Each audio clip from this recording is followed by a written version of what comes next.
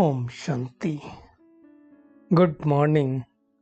साकार मुरली 31 मार्च 2025। बाबा का मीठा मीठा पत्र हम मीठे मीठे बच्चों के मीठे मंथन के लिए।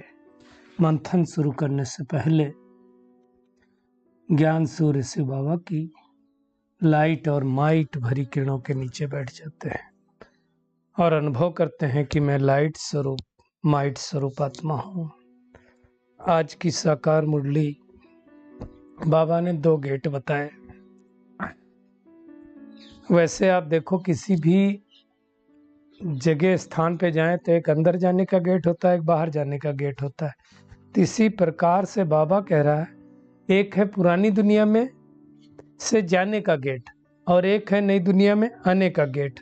तो 2 गेट हो गए, या ये 2 गेट कहेंगे ना। मतलब एक मुक्ति में जाने का गेट है और एक जीवन मुक्ति में आने का गेट है। तो उसकी गहराई में हम देखेंगे। आज बाबा ने सबसे श्रेष्ठ कर्म की बात की है। अब आप देखो, दुनिया में बहुत सारे श्रेष्ठ कर्म, किसी को दान पुण्य करना भी श्रेष्ठ कर्म कहा जाता है। बाबा भी कई बार कहता है, दुआएं देने को श्रेष्ठ कर्म का कहता है। लेकिन सबसे श्रेष्ठ काम क्या है? बाबा कहता है, मनसा वाचा कर्मणा, अंधों की लाठी बनना, इससे श्रेष्ठ कर्म कोई नहीं हो सकता है। आज दुनिया में लोगों को जीवन जीने का कला नहीं पता है, आर्ट ऑफ लिविंग नहीं पता है, कैसे जीवन जिया जाता वो नहीं पता है। तो बाबा रास्ता बताता है, इसलिए कहा। आज बाबा ने अलाउद्दीन की बत्ती को भी याद किया। अलाउद्दीन का चिराग कहते ना जिसको, ठका किया और जिन हाजिर हो गया। तो उसके बारे में बाबा ने कहा। और दुनिया में हम जो भी प्रदर्शनी करते हैं, किस लिए करते हैं? रोशनी दिखाने के लिए, प्रकाश दिखाने के लिए, रास्ता दिखाने के लिए करते ना। तो उसके बारे में कहा है। जैसे आप देखो, आप मुंबई में अगर चले जाओ तो क्या कहते हैं, कौन सा लिखा है? गेट ऑफ, जैसे यहाँ पे लिखा है इंडिया गेट, दिल्ली में इंडिया गेट है, वहाँ है gateway of India. Gateway of India इसलिए कहते हैं क्योंकि बाहर से सामान वहाँ पे आती है, इसलिए उसको कहते होंगे। तो उसके बारे में बाबा ने उसको आज याद किया। उसके और भी हम गहराई में जाएंगे।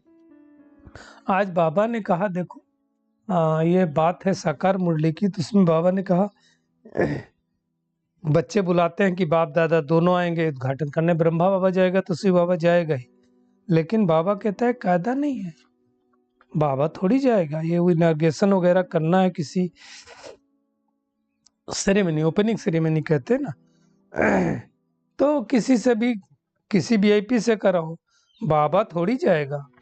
वो तो करण करावनहार है ना। उसके बारे में बाबा ने कहा। और आज बाबा ने बहुत खास बात कही, हम तो कहेंगे छुट्टी दी है बाबा ने हमें, कि अगर हमें सिर्फ ये याद रहे भारत स्वर्ग था, एक ही धर्म था, दूसरा कोई धर्म नहीं था, ये याद रहे तो भी मनमना भाव, मतलब हेवन को भी याद करो तो भी मनमना भाव है। आज बाबा ने 2 गुटके की बात की है। बाप भी गुटका खिलाता है। बाप गुटका कहाँ खिलाता है? ज्ञान सागर में। माया गुटका कहाँ खिलाती है? विषय सागर में। तो विषय सागर और ज्ञान सागर की बात बाबा ने की है। और क्रोध की भी बात आज बाबा ने की है फिर से, तो हम क्रोध के बारे में भी जानेंगे। और ये महाभारत लड़ाई क्या करती है, ये भी गेट खोलती है। और सवेरे सवेरे जब हम याद करते हैं तो मक्खन निकलता है। मक्खन कैसे निकलेगा, उसके बारे में भी हम देखेंगे। बाबा ने कहा एक बात, बड़ी सच्ची बात है, कि जब मौत सिर पर आता है ना, तो सब भगवान को याद करते हैं। इसलिए दुनिया में कोई कहते हैं ना, भगवान दिखाई नहीं देता है। सच ये है, जब कोई नहीं दिखाई देता है तो भगवान ही दिखाई देता है। आज बाबा ने हम कैसे शरीर छोड़ते हैं योग बल के द्वारा, वो भी बाबा ने बहुत अच्छी तरह से समझाया। परंतु बाबा कहता, मंजिल बड़ी है आत्मा समझ के परमात्मा को याद करना मासी का घर नहीं है। इसलिए बाबा ने कहा कई बच्चे तो अभी बेबियां हैं, मैं बेबी नहीं बनना, एक पूरी मुरली बाबा की साकार बेबी के ऊपर चल चुकी है। और हमें क्या करना है, जैसे दुनिया में देखो कोई किसी के लब में लवलीन होता है ना, तो उसके चेहरे से चलन से पता चल जाता है कि आत्मा इस आत्मा की आशिक है। तो ऐसे ही अगर हम परमात्मा प्यार में लवलीन है तो हमें पता चल जाएगा, उसकी भी गहराई में जाएंगे। संपूर्णता द्वारा समाप्ति के समय को हमें समीप लाना है। और हलचल का बाबा कहता है, कौन सी हलचल का हल अब चलाओ। लोग तो समझते हैं कि ये कुछ है, लेकिन परमात्मा शक्ति इनके पीछे है, वो समझ में आ जाए, वो हल चलाना है। तो हम शुरुआत करेंगे गेट के ऊपर। तो एक गेट कौन सा हो गया, एक गेट है ये जो हम परम धाम में जाते हैं, वो गेट। मतलब यहाँ से जब हम जाएंगे तो गेट तो खुलेगा परम धाम का, तभी जा सकते हैं। और इसको बाबा ने कहा पुरानी दुनिया का गेट है। इस गेट से निकल करके हम कहाँ जाने वाले, शांति धाम जाने वाले हैं। और फिर वहां से जब हम सतयुग में आएंगे तो वो गेट है। तो एक जाने का गेट होता है किसी घर में, एक आने का गेट होता है। तो हमारा जाने का गेट है मुक्ति और आने का गेट है जीवन मुक्ति। अब कई वो आत्माएं होंगी बहुत सारी जो मुक्ति में तो जाएंगी लेकिन जीवन मुक्ति में नहीं आएंगी, वो द्वापर युग में आएंगी, लेकिन उनके लिए वही आने का गेट होगा। जैसे आप देखो मुंबई में है गेटवे ऑफ इंडिया, है ना। मतलब क्या होता है कि विदेश से जो पहले मुंबई क्या था, बिजनेस राजधानी थी। मुंबई कलकत्ता दो ही जगह थे जहाँ पे पहले बाहर के लोग आते थे। अंग्रेज क्या है, अंग्रेज भी कोलकाता साइड में ही आए और धीरे धीरे धीरे धीरे उन्होंने क्या किया, कब्जा करना चालू किया, डिवाइड एंड रूल किया। जैसे दिल्ली में आपका इंडिया गेट, वैसे बॉम्बे में हम लोग गेटवे ऑफ इंडिया पर गए हैं, आगे समुद्र है। तो गेटवे ऑफ इंडिया मतलब इंडिया जाने का गेट, गेट वे मतलब गेट, इंडिया जाने के रास्ता का गेट, है ना। तो ऐसा ही क्या है, परम धाम जाने के गेट का रास्ता है। दो गेट हमेशा होते हैं, एक अंदर जाने का और दूसरा आने का। तो ऐसे ही हमारा गेट है। तो अब हमें क्या करना है कि हमको मुक्ति में जाना है और फिर जीवन मुक्ति में आना है। तो बाबा कहता है तुम्हें लिख देना चाहिए गेटवे ऑफ शांति धाम सुख धाम। ये विचार सागर मंथन करना होता है। और विचार सागर मंथन करने का समय तो अमृत वेला ही होता है। सवेरे सवेरे उठ करके बाबा को याद करो। देखो दुनिया में तो शांति सुख सबको चाहिए, तो बाबा कहता है कि ये भी लिख दो, gate of Shanti Dham and Sukh Dham, gate of purity peace and prosperity. ये सब बहुत अच्छे अच्छे शब्द हैं जो बाबा ने कहा, ये लिखोगे तो लोगों को समझ में आएगा, है ना। बाबा को तो अच्छी लगती है बातें। ऐसा कोई कोई उस टाइम में शायद लिखा होगा तो कहते थे बाबा से ओपनिंग करवाएं। बाबा कहता है ब्राह्मणों द्वारा ओपनिंग कराओ, क्योंकि ओपनिंग सेरेमनी में बाप दादा दोनों को बच्चे बुलाना चाहते हैं, लेकिन बाबा के अब वर्ड अलमाइटी अथॉरिटी कहाँ कहा जाएगा। ऐसा ही पति दुनिया पति शरीर में आ गया। तो बाबा कहता है वो कायदा नहीं है, वो करण करावनहार है, करणहार तुम बच्चे हो तो तुम्हें अब ओपनिंग करानी है। अब बाबा तो कई बार मुरली में बोलता है जिससे ओपनिंग कराते हो उसको भी अच्छी तरह से समझाओ, है ना। वो मेहनत करनी है। आज बाबा ने एक बात कही है कि सारी दुनिया में लोग गाते हैं नयनहीन को राह दिखाओ, है ना। मतलब कि नेत्र नहीं है, नेत्र हैं सबके पास, लेकिन परमात्मा कौन है उसका सत्य परिचय नहीं। इसलिए बाबा ने आज कहा सबसे श्रेष्ठ कर्म है किसी भी आत्मा को मनसा वाचा कर्मणा परमात्मा का रास्ता बता देना, अंधों की लाठी बनना। तो इस बात पर हमें विचार सागर मंथन करें कि कैसे मुक्ति जीवन मुक्ति का रास्ता मिले, जो बाबा ने आज कहा। लिखो gateway of Shanti Dham Sukh Dham, gateway of peace purity.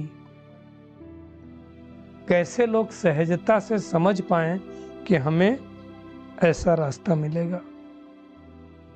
सोचो, तो उस पे सेवा करनी, क्योंकि इस समय अज्ञान निद्रा में सब सोए हुए हैं, है ना। बाबा ने तो कड़ा शब्द यूज किया, हम वो नहीं कह सकते। ज्ञान रूपी नेत्र नहीं है, तो अब ज्ञान का तीसरा नेत्र परमात्मा करके देता है, और उस नेत्र के हिसाब से हम सब नंबरवार पुरुषार्थ अनुसार अपना पद पाते हैं। तो ये छोटी बात नहीं है, ये बहुत बड़ी बात है। तो हमें याद रहना चाहिए कि हम आत्मा परम धाम में जाएंगे, फिर सुख धाम में जाएंगे। भारत स्वर्ग था, फिर से स्थापित हो रहा है, ये भी याद रहे तो बाबा कहता मन मना भव, मतलब अलग से कुछ करने की आवश्यकता ही नहीं है। इतना भी याद नहीं रहता, और अगर याद रहता तो हमें वो खुशी होनी चाहिए। परंतु माया कम थोड़ी है। माया क्या करती है? माया भी गुटखा खिलाती है। आज बाबा ने अपने आप को कहा कि बाप भी गुटखा खिलाते हैं। गुटखा वास्तव में कहा जाता है गिरने को। तो माया गुटखा क्या खिलाती है? विषय सागर में गुटखा खिलाती है, मतलब झटका लगने का। भगवान गुटखा क्या खिलाता है? ज्ञान सागर में तो हम ऊपर उठते हैं, और माया गुटखा खिलाती है विषय सागर में तो हम नीचे चले जाते हैं। और भगवान का गुटखा खाने के लिए बड़ी खुशी से खाते हैं, बड़े प्यार से याद करते हैं, है ना। तो बाप को अगर याद नहीं करेंगे तो माया गुटखा खिला देगी। इसलिए हमें बहुत ध्यान देना पड़ेगा, मेहनत करनी पड़ेगी। बगैर याद किए कुछ नहीं हुआ। उस दिन बाबा ने कहा ना, भक्ति मार्ग में सुबह से लगाकर दिन भर रात भर कोई कितना भी राम राम करे तो भी उसके विकर्म नष्ट नहीं हो सकते। बाबा ने कहा दुनिया में दुख हरता सुख करता परमात्मा को तो जानते नहीं, तो फिर गंगा में जाकर डुबकी लगाते हैं, और क्या समझते हैं? गंगा पतित पावनी। अब एक बात बताओ, सतयुग में भी तो गंगा होगी? नहीं होगी? होगी, लेकिन सतयुग में गंगा को दुख हरनी पाप कटनी नहीं कहेंगे, वो ऐसी नहीं होती है। सतयुग में होगी गंगा तो होगी, लेकिन इस नाम से नहीं होगी।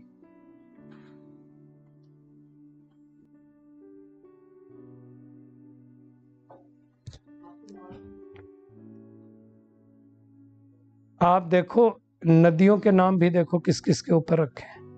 ब्रह्मपुत्रा, सिंध नदी, सरस्वती नदी, ये बहुत सारे नाम रखे हुए हैं, है ना। तो अब वास्तव में देखा जाए तो ब्रह्मा की जो संतानें हैं इस समय, उसके हिसाब से सबसे बड़ी नदी तो ब्रह्मपुत्रा है, वो ब्रह्मा बाबा की निशानी है। मम्मा सरस्वती हैं, उसके बारे में कहा। आज बाबा ने कहा मनसा वाचा कर्मणा। हमें बहुत ध्यान रखना। कौन सा ध्यान रखना? कल भी बाबा ने कहा था अव्यक्त इशारे में कि क्रोध एक बहुत बड़ी अग्नि है। कई लोग उसको शस्त्र समझते हैं। आज भी बाबा कह रहा है तुम्हें मनसा वाचा कर्मणा बहुत ध्यान रखना है। कभी क्रोध नहीं आना चाहिए। अच्छा, क्रोध भी कहाँ आता है? आप देखो क्रोध आने की जड़ क्या है। तो सबसे पहले आप देखो क्रोध आता है मनसा में। मन में मतलब संकल्प चलेगा। जैसे हमारे मन पसंद काम नहीं हुआ तो अंदर संकल्प चलता है, संकल्प चलता है तो मन के अंदर फिर क्रोध आता है, और फिर क्या होता है? वही क्रोध आकर के वाणी से निकलता है, और फिर कई बार वो क्रोध तो कर्मों में भी आ जाता है। अब कई लोगों को इतना क्रोध आता है कि बाचा तो छोड़ दो, कर्मणा में हाथ में कुछ लिए वही मार देते, चाकू लेंगे तो चाकू मार देंगे। आप देखो अभी वंडरफुल एक न्यूज आई थी कि एक माँ जो रील बना रही है, रील बनाते में बच्चे ने उसके कुछ टोका, तो उसको इतना क्रोध आया, इतना क्रोध आया कि उसकी चैन पकड़ के खींचती रही जब तक उसने सांस नहीं छोड़ दी। सोचो आप क्या कितनी बड़ी बात है। तो मनसा में चल रहा होगा ना, पहले से कुछ कुछ होगा। तो ये बहुत बड़ी, और ये ट्रिगर होता है सिर्फ 30 सेकंड का, इससे ज्यादा नहीं होता है। अगर 15 सेकंड 30 सेकंड हम अपने आप को रोक लें तो क्या होगा, हमारे अंदर वो कंट्रोल आ सकता है। लेकिन 15 सेकंड 20 सेकंड भी हम ट्रिगर नहीं कर सकते, 15-20 सेकंड भी अपने आप को नहीं रोक पाते हैं तो फिर मुश्किल होता है। इसलिए बाबा कहता है ये 3 खिड़कियां हैं। कौन सी? मनसा वाचा कर्मणा, क्रोध के दरवाजे हैं। इसलिए बाबा ने कहा अगर मान लो आ भी जाए अंदर मनसा में तो वाचा नहीं चलाओ, शांत में रहो। और अगर वाचा में आ जाए तो कर्मणा में तो आ जाएगा, और कर्मणा में आ गया तो फिर तीनों खिड़कियों से बाहर निकलेगा। मनसा से भी बाहर निकलता है, वाचा से भी बाहर निकलता है और कर्मणा से भी निकलता है। लेकिन वाचा और कर्मणा का तो दिखता है, मनसा का दिखाई नहीं देता है। लेकिन जड़ तो वही है। इसलिए आज भी बाबा देखो लगातार कितने दिनों से बाबा क्रोध की बात कर रहे हैं। कई लोग फिर इसको समझते हैं शस्त्र है, क्रोध के बगैर काम नहीं चलेगा। ऐसा नहीं है, क्रोध के बगैर भी काम चलता है। क्रोध वो शस्त्र है जो हमें जलाता है। और क्रोध के बारे में भी कहा गया है दूसरे के किए गए की सजा खुद को देना।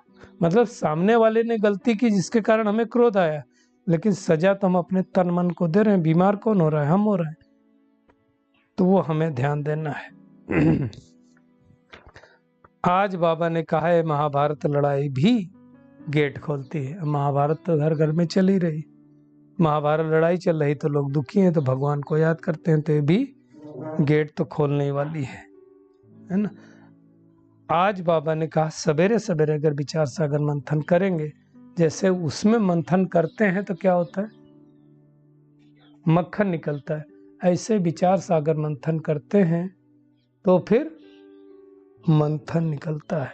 एक हमने स्टोरी सुनी थी, बड़ी अच्छी लगी तो मुझे लगा शेयर करना चाहिए आपके साथ, कि एक राजा बहुत परेशान था और वो राजा को समझ में नहीं आ रहा था कि मेरा मन शांत कैसे हो, परमात्मा कैसे मिलेंगे। तो उसको कोई जवाब नहीं दे रहा था, तो बड़ा सा परेशान थे मन उसके जितने भी दरबारी लोग थे। फिर किसी को समझ में नहीं आया तो उसका एक मंत्री था, उसका एक बच्चा था। उसके बच्चे ने कहा मैं राजा को संतुष्ट कर दूंगा। लेकर के गया, राजा ने कहा हाँ भाई बच्चे आप समझा सकते हो, आप बोलो। उसने कहा क्या मुझे आप एक गिलास दूध पीने के लिए दे सकते हैं, उसके बाद मैं आपके प्रश्नों का उत्तर दूंगा। राजा ने गिलास दूध मंगा दिया। जैसे दूध आया वो दूध में उंगली फिराने लगा, घुमाने लगा, घुमाने लगा, घुमाने लगा। बहुत देर तक घुमाते रहा। बच्चे से राजा ने कहा क्या कर रहे हो? बोले आप देख नहीं रहे क्या कर रहा हूं? मक्खन निकाल रहा हूं। बोले इससे तो मक्खन निकलता है। बोले वही तो करना है, जब मंथन करेंगे तो मक्खन निकलेगा ना। ऐसे ही परमात्मा नहीं मिलता है, जब हमें आत्म स्वरूप का मंथन करना पड़ता है, घुमाना पड़ता है। तो ऐसे बाबा कह रहा है विचार सागर मंथन करना पड़ता है। पूरी स्टोरी में समय भाववश नहीं सुना रहा हूं, तो तब जाकर के मक्खन निकलता है। तो विचार करना चाहिए। कोई का विचार सागर मंथन चलता है, कोई का नहीं भी चलता है, कोई का अच्छा चलता होगा, कोई का। आज बाबा ने बहुत बड़ी भक्ति की एक फिलॉसफी को बाबा ने टोका है। कहा है तुम कभी किसको माथा नहीं टेक सकते हो। दुनिया में तो पतित मनुष्य क्या करते हैं, देवताओं के आगे जाके माथा टेकते हैं। हमें माथा टेकने की जरूरत नहीं है, हमें पैर छूने की जरूरत नहीं है। कायदा नहीं है, युक्ति से चलना होता है। अब कोई आया है साधु सन्यासी तो आप माथा टेकने की जरूरत नहीं, आप प्यार से बोलिए। रिस्पॉन्ड करना पड़ता है कई बार, जैसे बंदगी बोलते हैं तो बंदगी बोलना पड़ता है, हाथ जोड़ते हैं तो हाथ जोड़ना पड़ता है। वो भले करो लेकिन माथा टेकने की जरूरत नहीं है। हरि ओम तत्सत बोलते हैं तो बोलना पड़ता है। तो युक्ति से चलना है। बाबा ने आज कहा कि जब मौत सिर पर आता है तो सभी भगवान का नाम लेते हैं। अब सारी दुनिया की हालत तो खराब हो गई है ना। अब ये बाबा ने कब कहा था, इसलिए बाबा ने आज अलाउद्दीन की बत्ती को भी याद किया है। अलाउद्दीन का चिराग हम सुनते ना, मतलब रोशनी देने वाला। तो हमें क्या करना है, सारी दुनिया को रोशनी देनी। वो तो ठगा करते थे तो वो जिन हासिल हो जाता था और बड़ा प्रॉपर्टी देता था, कारून का खजाना मिल जाता था। तो हमें भी तो कारून का खजाना मिल गया रोशनी में आकर के। तो हमें क्या करना है, सबको ये ज्ञान दे देना है। बाबा ने एक बात और कही है, जो बाबा की याद में और ज्ञान में मस्त होंगे वही अंत की सभी सीन सीनरी देख पाएंगे। मासी का घर नहीं है देख पाना, आत्मा समझ के परमात्मा को याद करना, क्योंकि लास्ट समय बड़ा दर्दनाक होगा। अभी 2 दिन पहले हमने म्यांमार में देखा, 36 मंजिल की बिल्डिंग ताश के पत्तों की तरह गिर रही है, लेकिन इसके लिए ताकत चाहिए। दूसरी तरफ मैंने वो भी देखा, वो बहन मुरली सुना रही है, भूकंप आ रहा है, मुरली सुनाती रही, बाबा को याद करती रही। अब सोचो ऐसे ही होगा। इसलिए बाबा ने कहा बहुत सारे लोग बैठे बैठे शरीर छोड़ देंगे योग बल से। तो वो हमें अभी मेहनत करनी है।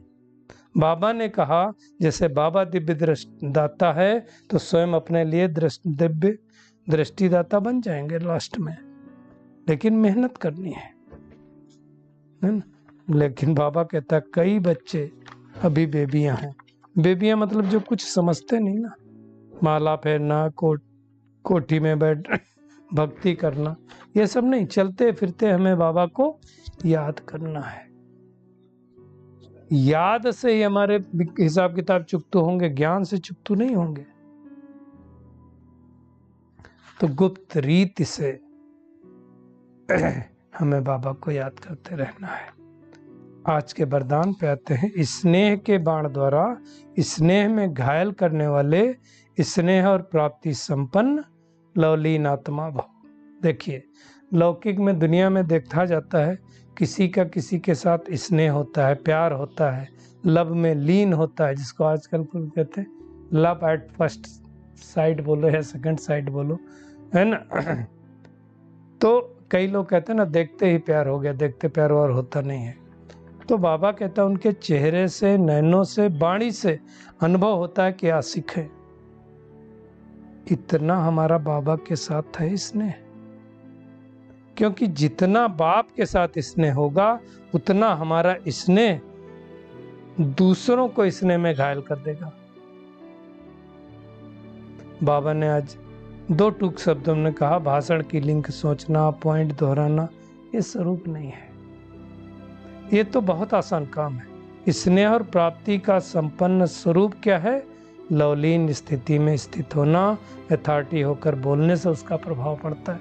अगर मैं लव में लीन हूं तो, और संपूर्णता द्वारा समाप्ति के समय को समीप लाना है। हम संपूर्ण बनेंगे तो समय समीप आएगा। आज का अव्यक्त इशारा बाबा ने कहा, दुनिया वाले ये समझते हैं कि ये भी कोई हैं, लेकिन यही हैं, इनके द्वारा ही परिवर्तन होगा, ये उस टाइम नहीं समझते थे। तो बहुत दिनों तक हलचल का हल चलाया।